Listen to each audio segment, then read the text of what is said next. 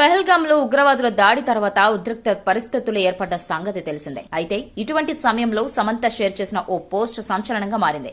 సమంత దీన్ని ఉద్దేశించి సముద్రాలు నీళ్లు తాగలేవు, చెట్లు తాము పండించిన పండ్లు తినలేవు, సూర్యుడు తన కాంతిని చూడలేదు, పువ్వులు తమ పరిమళాన్ని ఆస్వాదించలేవు. మనమందరం కూడా ఒకరికొకరు సాయం చేసుకోవడానికి భూమి మీద పుట్టాం. నీకోసం జీవిస్తే ఆనందంగా ఉంటావు, అందరి కోసం జీవిస్తే ఇంకా ఆనందంగా ఉంటావు అనే అర్థం వచ్చేలా సమంత పోస్ట్ చేసింది. సమంత షేర్ చేసిన పోస్ట్ పై నెటిజన్లు ఆగ్రహం వ్యక్తం చేశారు. దీంతో వెంటనే సమంత ఆ పోస్ట్ ను డిలీట్ చేయడం జరిగింది. తాజాగా దీనిపై బీజేపీ మహిళా నేత మౌనిక సుంకర స్పందించారు. మన దేశ తిండి తింటూ మన దేశ వనరులను ఎంజాయ్ చేసుకుంటూ కొంతమంది పాకిస్తాన్, చైనాకు అనుకూలంగా మాట్లాడుతున్నారని, వీళ్లకు ఒళ్ళు ఉంటుందని, మొహాలు ముద్దుగా ఉంటాయని, కానీ మెదడు మాత్రం ఉండదు. ఇదే సమయంలో సాయి పల్లవిపై సైతం ఆమె ఫైర్ అయ్యారు.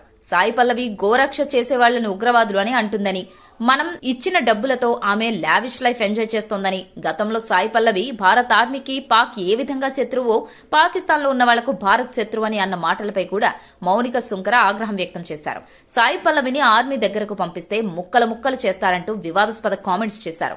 సమంత, సాయి పల్లవి నన్ను కలిస్తే చెప్పులు వాడతానని ఆమె హాట్ కామెంట్స్ చేశారు. భారతదేశం నచ్చకపోతే నచ్చిన దేశాలకు వెళ్లిపోవాలని, వీళ్లు ఒళ్లు చూపించుకుని డబ్బులు సంపాదించుకున్నారని, వీరు ఇండైరెక్ట్ సాఫ్ట్ ప్రాస్టిట్యూట్స్ అని ఆమె షాకింగ్ కామెంట్స్ చేశారు. మౌనిక సుంకర చేసిన ఆరోపణలు, విమర్శలు సినీ పరిశ్రమలోనూ రాజకీయ వర్గాల్లోనూ చర్చనీయాంశంగా మారాయి.